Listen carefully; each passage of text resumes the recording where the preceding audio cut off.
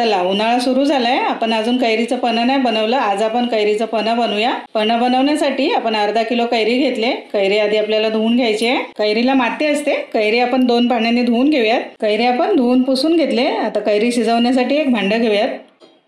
भांडं जरा मोठं घ्यायचं म्हणजे कैरी आपली व्यवस्थित भांड्यामध्ये बसली जाईल. कैरीमध्ये पाणी घालूयात. कैरीमध्ये आपण 2 ग्लास पाणी घातले. कैरी शिजायला ठेवूयात.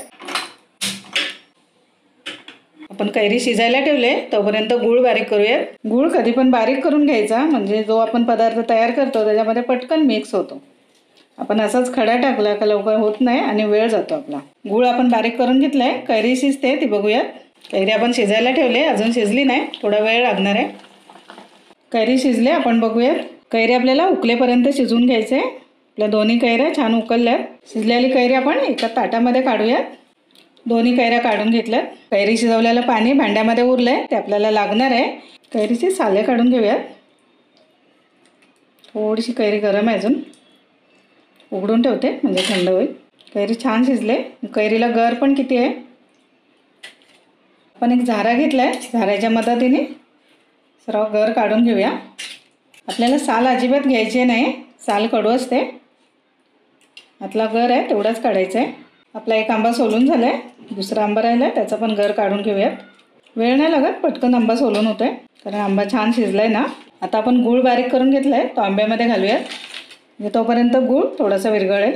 आपल्याला बाट्या सोलून घ्यायचं आहे. आपण हात न लावता दोन्ही कैऱ्या किती छान सोलून घेतल्यात.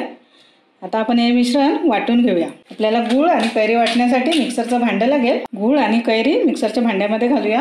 आपल्याला थोडीसा पुदिना लागणार आहे. पुदिना धुवून घेतलाय, घालूयात.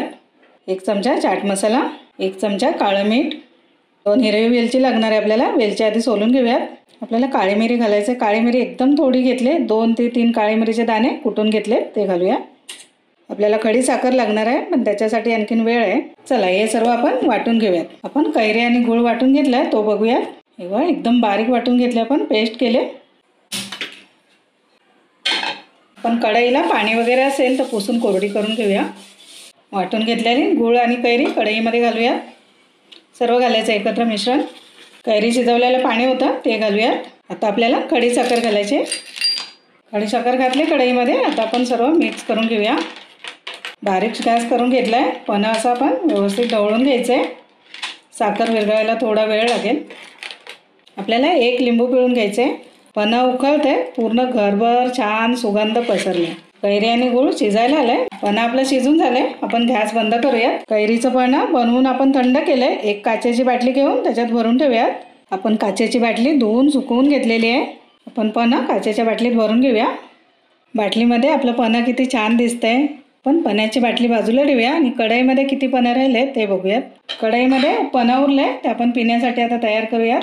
आधी ग्लासामध्ये आपण पुदिना घालूयात. भिजवून घेतलेला गोंदकतिरा घालूयात. गोंदकतिरा थंड असतो, उन्हाळ्यात खायचा, आपले हाडं मजबूत होतात. बर्फ घालून घेते. सब्जा घालूयात.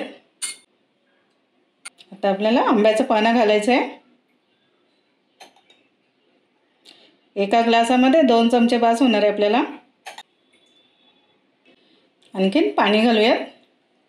आपण तिखट घातलं नाही, हवं असेल तर एकदम थोडंसं तिखट घालायचं. तर सर्व मिक्स करून घेऊया. थंडगार पन्हं बनवून तयार आहे.